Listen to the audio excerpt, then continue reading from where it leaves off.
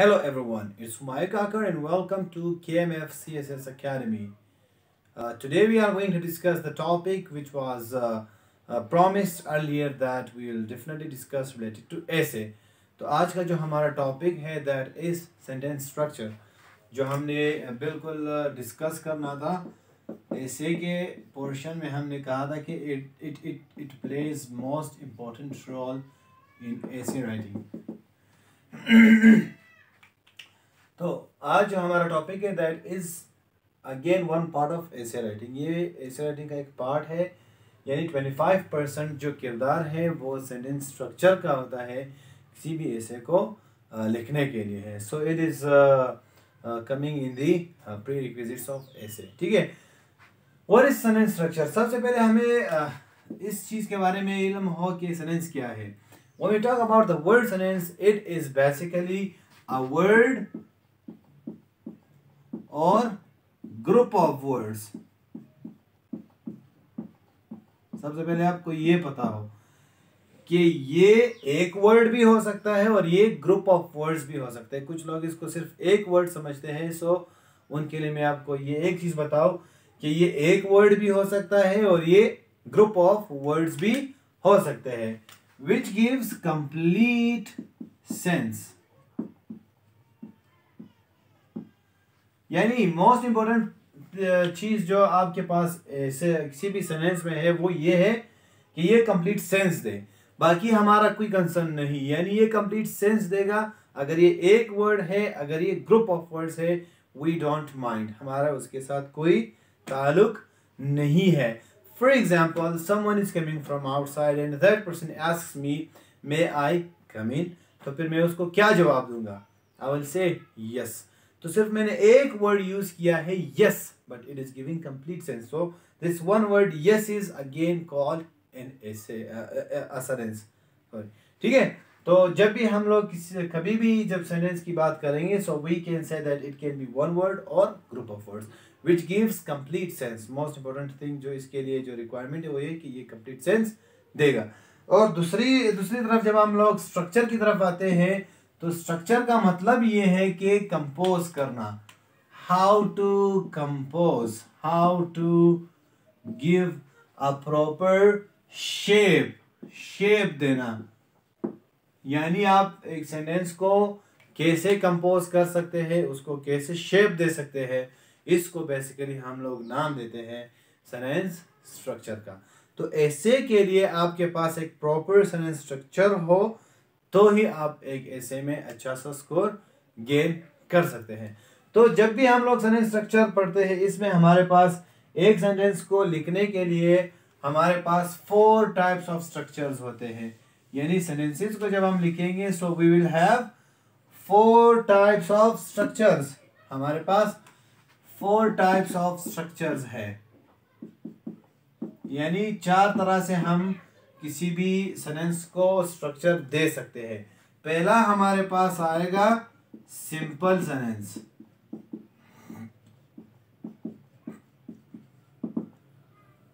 दूसरा हमारे पास आएगा कंपाउंड सेंटेंस। तीसरा हमारे पास आएगा कॉम्प्लेक्स सेंटेंस।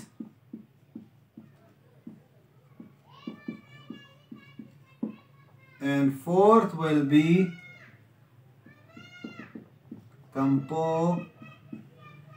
complex या compound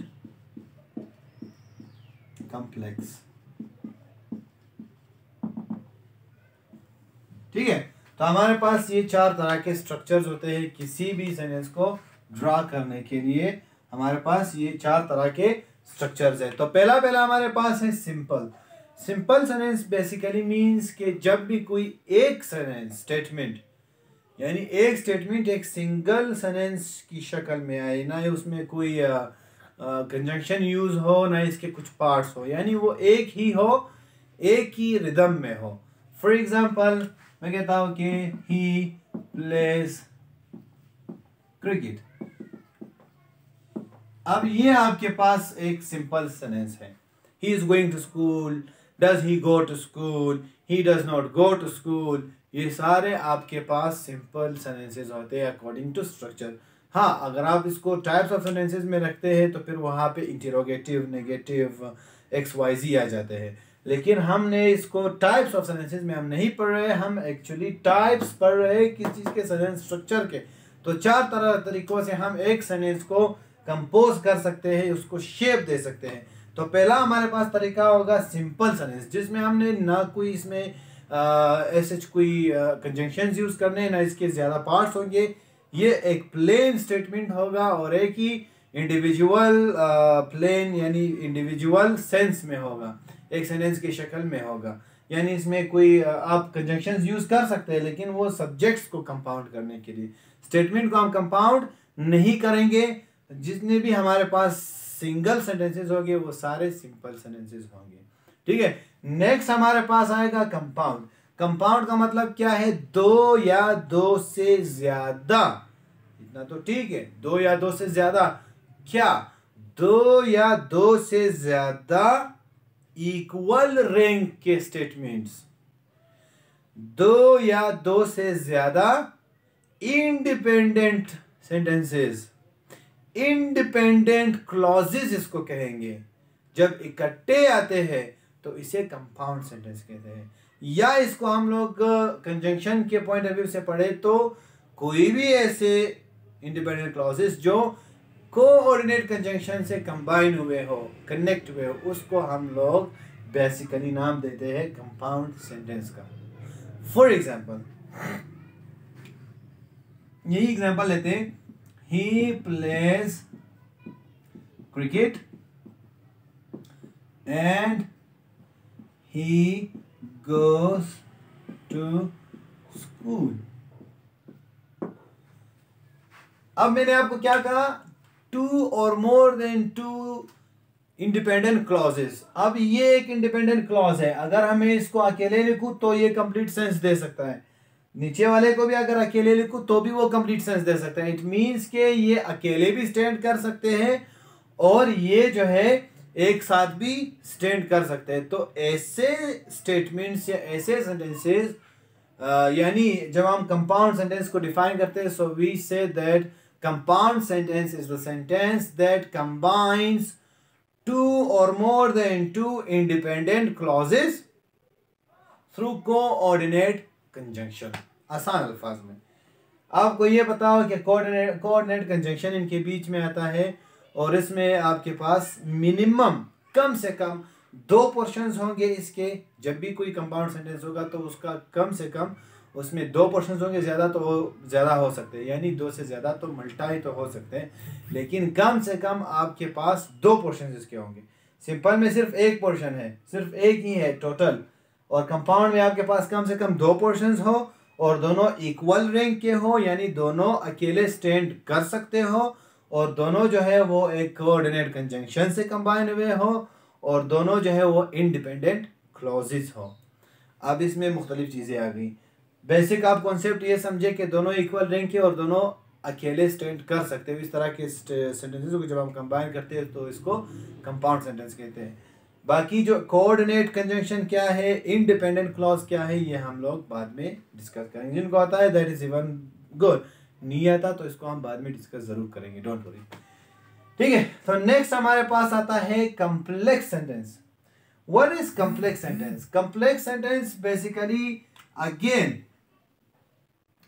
ये कंपाउंड की तरह है, यानी इसमें भी मिनिमम 2 पोर्शंस होंगे कम से कम, लेकिन इसमें एक डिफरेंस है। वो क्या है? उसमें हमने कहा कि 2 या 2 से ज्यादा इंडिपेंडेंट क्लॉजेस हो। इसमें हम ये कहेंगे कि 2 डिपेंडेंट क्लॉजेस जब कंबाइन हो और एक स्टेटमेंट बना, इसको कॉम्प्लेक्स सेंटेंस कहते हैं। या एक इंडिपेंडेंट क्लॉज एंड एक डिपेंडेंट क्लॉज जब इकट्ठे हो जाए तो भी इसको हम लोग कॉम्प्लेक्स सेंटेंस कह सकते हैं। और दूसरे अल्फाज में हम ये कह सकते हैं कि जब हम लोग किसी भी सेंटेंस को 2 पोर्शंस में डिवाइड करते हैं और उसमें हम लोग उसको 2 पोर्शंस को सबऑर्डिनेट कंजंक्शन से कंबाइन करें तो इसको हम लोग कॉम्प्लेक्स सेंटेंस कहते हैं। ये तो कोऑर्डिनेट है ना, इंडिपेंडेंट। दूसरा हमारे पास सबऑर्डिनेट आएगा। फॉर एग्जाम्पल, इसका हमारे पास एक बहुत ही आसान सा एग्जाम्पल है, इसी एग्जाम्पल से हम लोग उसको भी ले लेते हैं ताकि हमें इजीली समझ आ सके। ही won the match because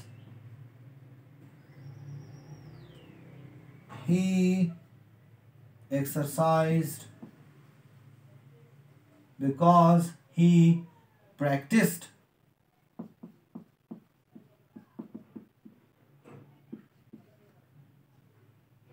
excessively।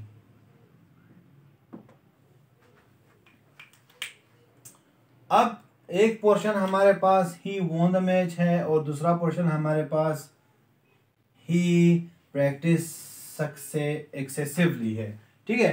तो अब जब हम लोग बिकॉज ही प्रैक्टिस्ड एक्सेसिवली को अकेले लिखेंगे तो ये हमें कंप्लीट सेंस नहीं दे रहा।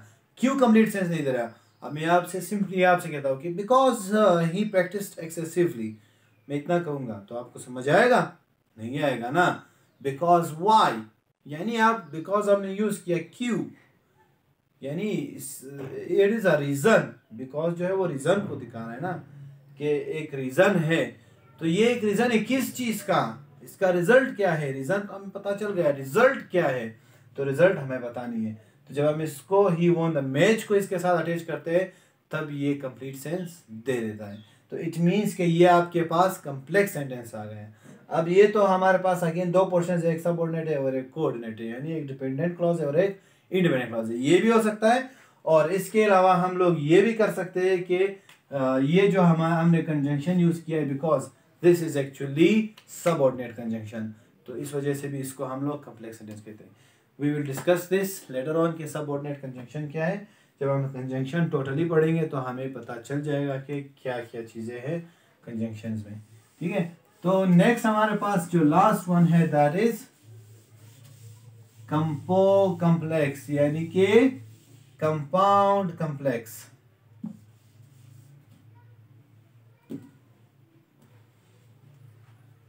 As the word indicates, compound complex, यानी ये एक ऐसा स्टेटमेंट हो, एक ऐसा सेंटेंस हो जो कंपाउंड भी हो और कम्प्लेक्स भी हो। इट मीन्स के हम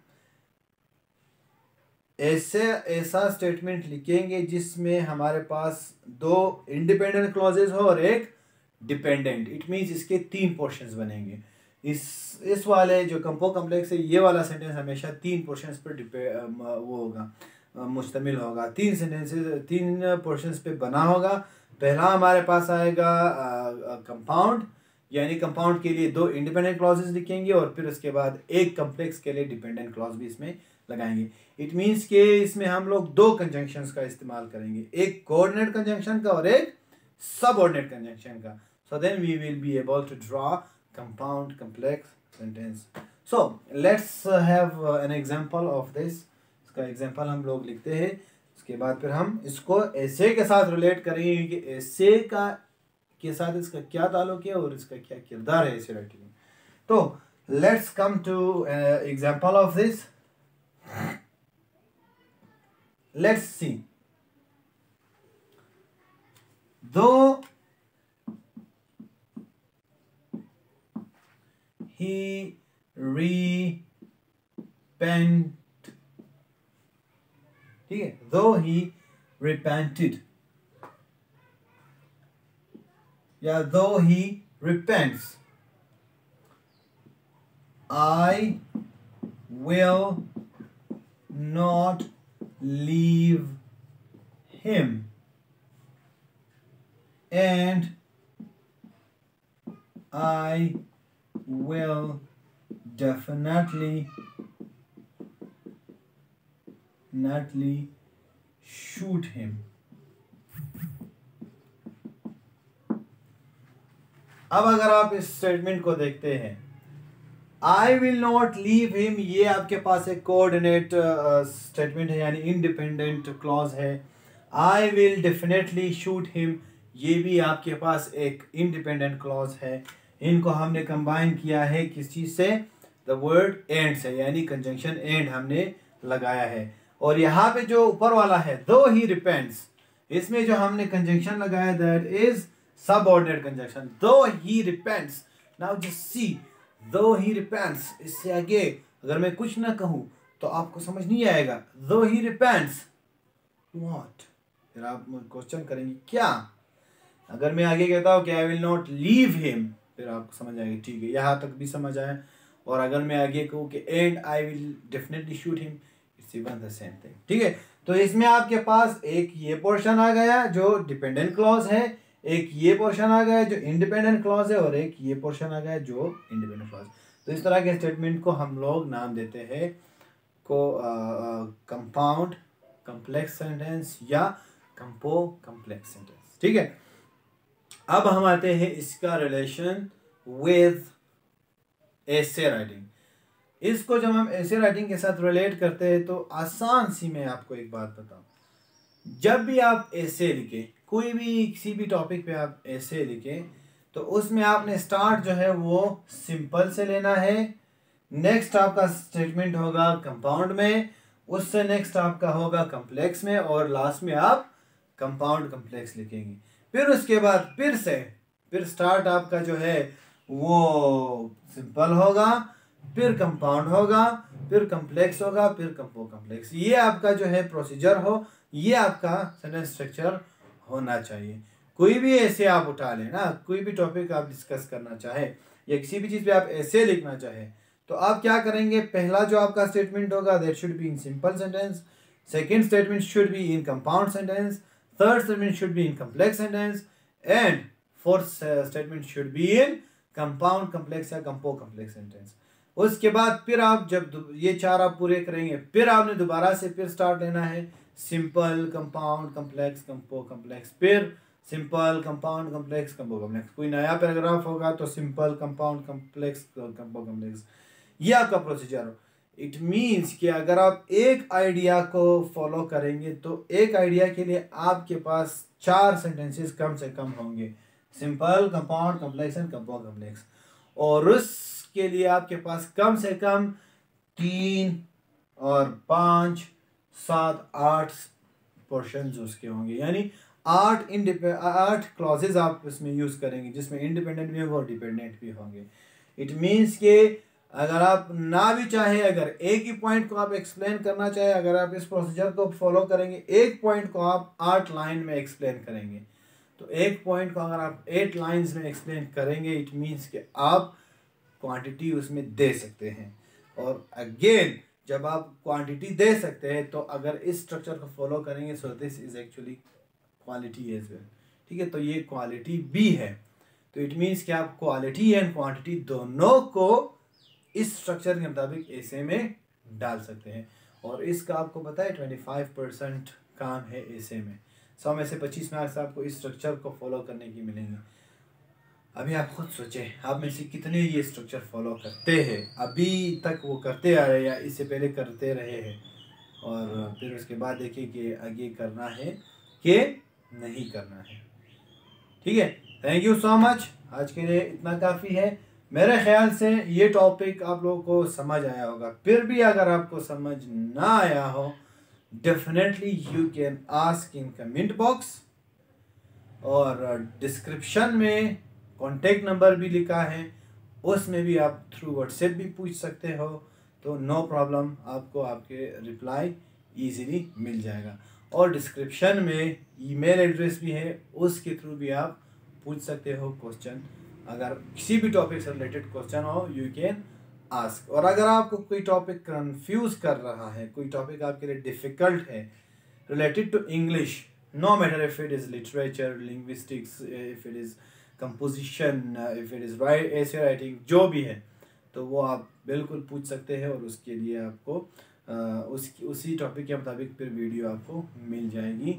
अगर अभी बनी हुई आपको चैनल में मिले तो वेल एंड गुड, नहीं तो आप अगर पूछेंगे तो आपको वीडियो मिल जाएगी।